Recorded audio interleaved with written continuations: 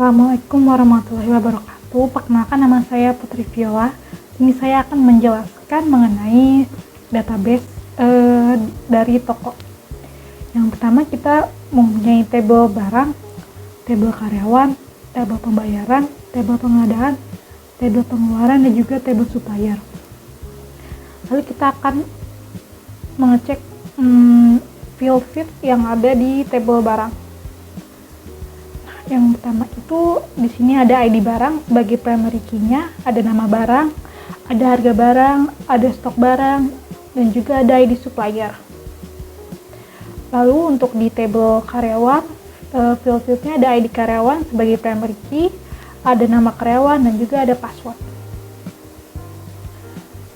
Untuk tabel supplier, ada ID supplier sebagai primary key, ada nama supplier, ada alamat, ada nomor telepon, dan juga ada email. Dan untuk tabel pengadaan, ada tanggal, ada ID pengadaan, ada ID supplier, ada ID karyawan, ada ID barang, ada nama barang, ada harga barang, jumlah barang, subtotal, dan juga status. Lalu untuk tabel pengeluaran, ada tanggal, ada ID pengeluaran, ID supplier, ID karyawan, ID barang, nama barang, harga barang, jumlah barang, subtotal, dan juga status. Selanjutnya, untuk tabel pembayaran, kita yang pertama ada kategori, ada ID pembayaran, ID kegiatan, ID supplier, ID karyawan, ID barang, nama barang, jumlah barang, dan subtotal. Di sini saya akan menjelaskan yaitu tentang sistem pengadaan barang dan supplier. Nah, di sini tuh kita udah bikin yaitu tampilan loginnya, yang dimana kita masukkan username dulu dan passwordnya. Setelah itu kita klik login. Setelah ada bacaan login berhasil, kita klik OK. Nah, di sini adalah tampilan dashboardnya. Tampilan dashboardnya di sebelah sini ada yaitu namanya data master, transaksi, laporan. Dan di dalam data master ini ada data karyawan, data supplier, data barang. Di dalam transaksi ini ada pengadaan barang, pengeluaran barang, pembayaran supplier. Sedangkan di laporan ini ada pengadaan, ada pengeluaran, ada pembayaran, dan stok barang akhir.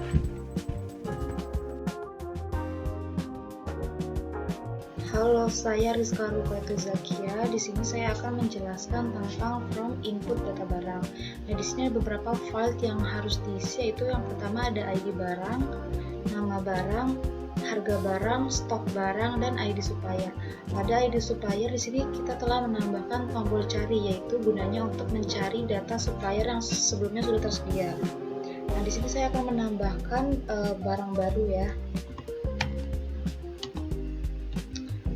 Nama barangnya itu gula, harganya 17.000, stok barangnya itu ada 10.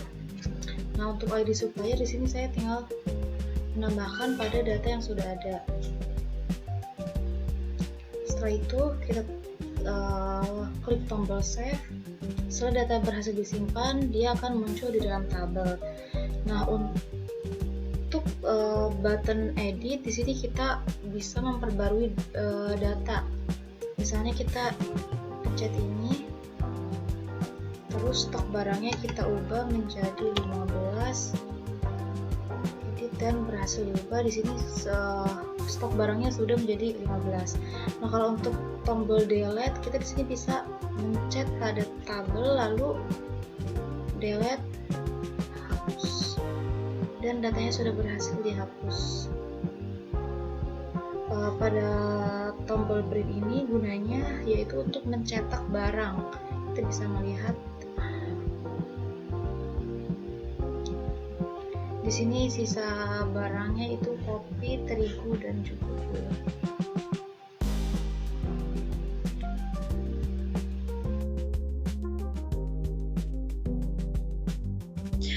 Dan di sini ada input data karyawan, ada ID karyawan, nama karyawan, password, save, edit, delete, dan back.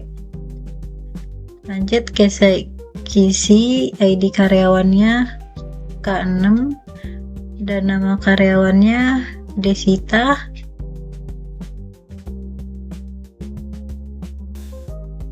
Dan passwordnya F123.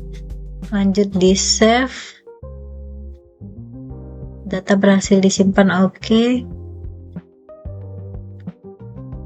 Terus lanjut kita coba edit,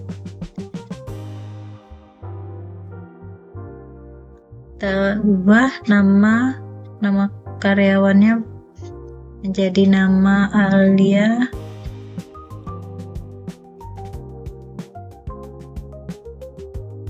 Edit, dan data karyawan berhasil diubah. Terus lanjut delete,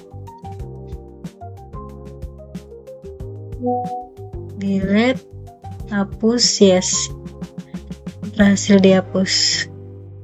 Dan kita lanjut back.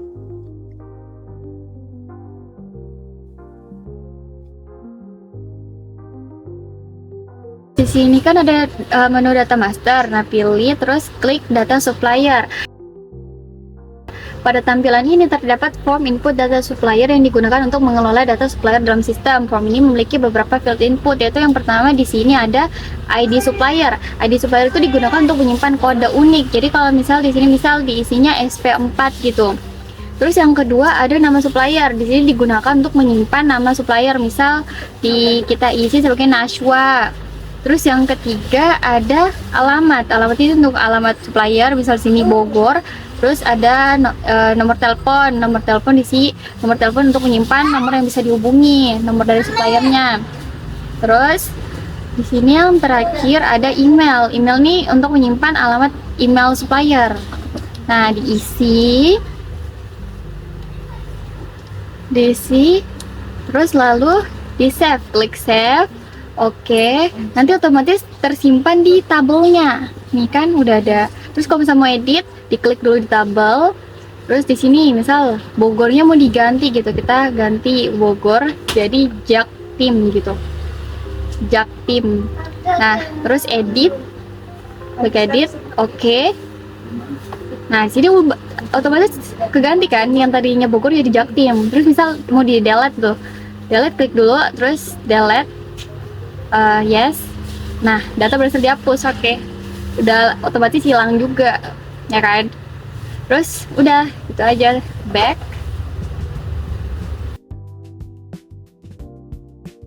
Selanjutnya di sini kita akan melakukan proses dari form transaksi, yaitu ada pengadaan barang. Nah, di sini pengadaan barang dilakukan untuk mencatat barang yang masuk dalam toko. Ini ada button set, clear, dan juga ada button X. Lalu kita lanjut aja untuk mengisi ID pengadaan. Contohnya ID-nya 123. Terus tanggalnya kita bisa pilih pakai button. Kita misal milih tanggal 13. Lalu ID supplier kita akan memilih pakai button cari. Yang ini sudah terikat dengan tabel supplier ya. Tinggal milih aja salah satu.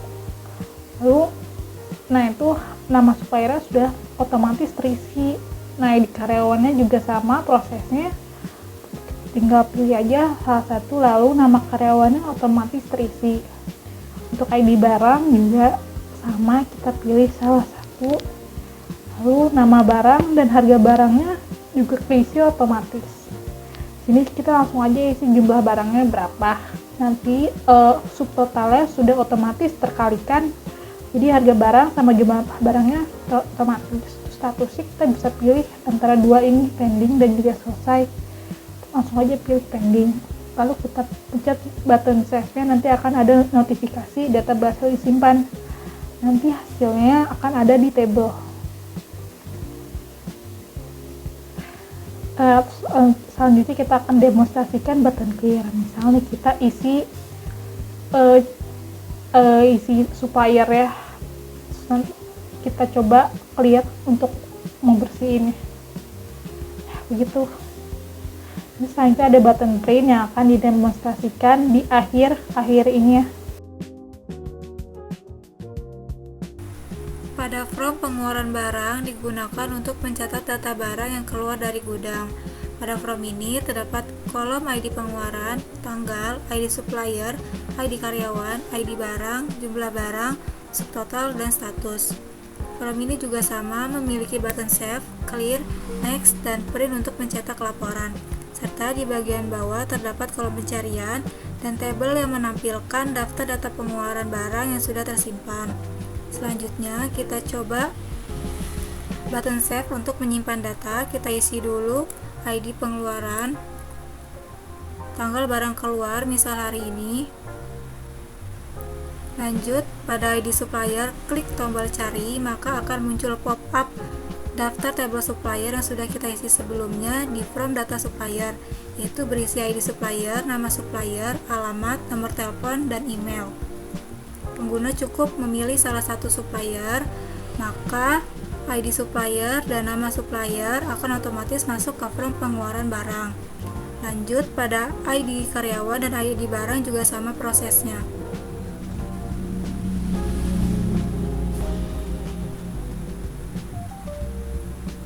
Di ID barang ini dia mengambil nama barang dan harga barang.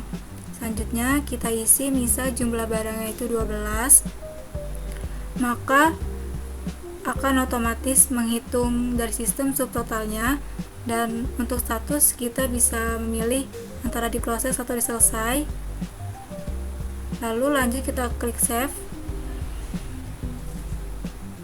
maka akan terdaftar ke dalam tabel data pengeluaran barang. Lanjut, pada button clear untuk menghapus isian form, kita misal isi beberapa dulu. Terus ketika ingin membatalkan atau mengganti beberapa data, cukup menekan tombol clear, maka isian akan kembali kosong. Selanjutnya pada button next untuk melanjutkan proses ke form berikutnya, yaitu form pembayaran supplier.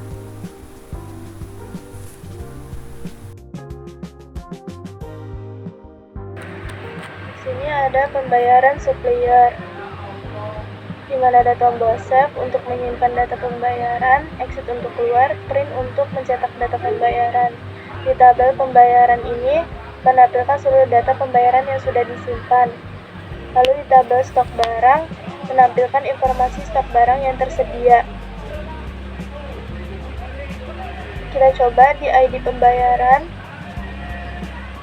kita ketik BYR,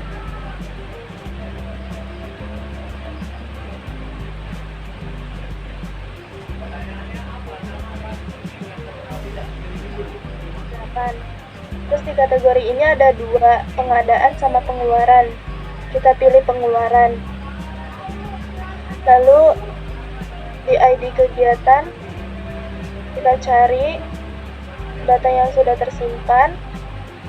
Ada PE2, kita pilih PE2 B3 terigu 5 62.500. Lalu muncul ID kegiatan PE2, ID barang B3, nama barang terigu, jumlah barang 5, subtotalnya 62.500. Lalu di selanjutnya ada ID supplier.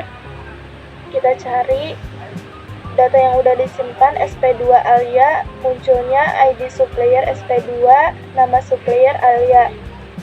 Lalu selanjutnya ada ID karyawan, cari lagi K4 Rizka. Lalu muncul ID karyawan K4, nama karyawan Rizka. Lalu save, data berhasil disimpan dan oke. Kita lihat di tabel pembayarannya sudah tersimpan ya. Pengeluaran BYR 8, PE2, SP2, K4, D3, terigu 5, 62.500. Hai, perkenalkan nama saya Desita Parida Fitriawati, NPM 1859. Di video kali ini, saya akan menjelaskan dua fitur pada aplikasi toko yang kami buat, yaitu From Pembayaran Supplier, khususnya tombol update untuk memperbarui stok barang, dan tombol print untuk mencetak laporan pembayaran. Aplikasi ini dibuat menggunakan Java NetBeans yang terhubung ke database MySQL dan laporan dicetak menggunakan library Jasper Report.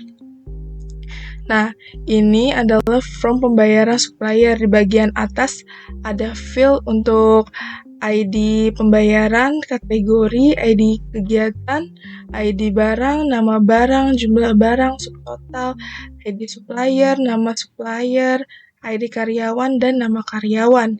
Di bagian bawah ada dua tabel, yaitu tabel pembayaran yang menampilkan riwayat transaksi pembayaran dan tabel stok barang yang menampilkan stok barang yang tersedia saat ini di toko.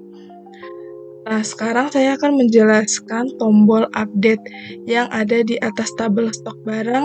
Fungsinya adalah untuk memperbarui jumlah stok barang di database, baik menambahkan stok maupun mengurangi stok ya pas pengeluaran. Cara kerjanya tombol ini mengambil nilai ID barang dan jumlah barang yang saya isi di from nanti di sini nih. Mengecek pilihan kategori, apakah pengadaan atau pengeluaran, mencari stok barang yang lama di database berdasarkan ID barang. Kalau kategori pengadaan jumlah akan ditambah, kalau pengeluaran jumlahnya akan dikurang ya. Setelah itu stok baru disimpan ke tabel barang di database dan tabel stok barang di layar otomatis diperbarui. Misal nih contoh nih misalnya kopi susu. Nih kopi susu udah kita pencet kayak gini muncul.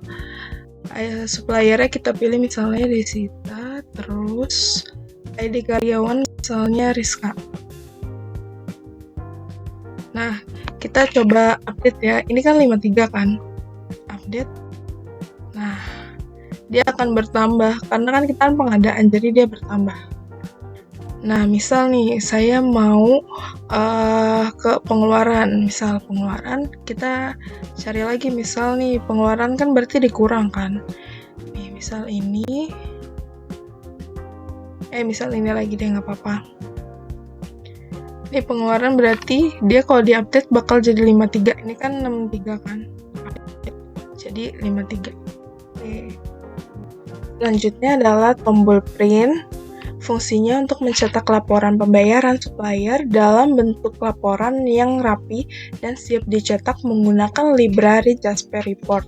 Saat tombol print diklik, program akan mengkompilasi file desain laporan yang kita buat itu lap pembayaran .jrxml menjadi file lap pembayaran Jasper. Terus dia akan mengambil koneksi ke database, mengisi laporan tersebut langsung dengan data dari tabel pembayaran di database. Terus dia akan menampilkan hasilnya lewat jendela Jasper Viewers dalam ukuran layar penuh. Nih, misalnya nih, saya klik tombol print.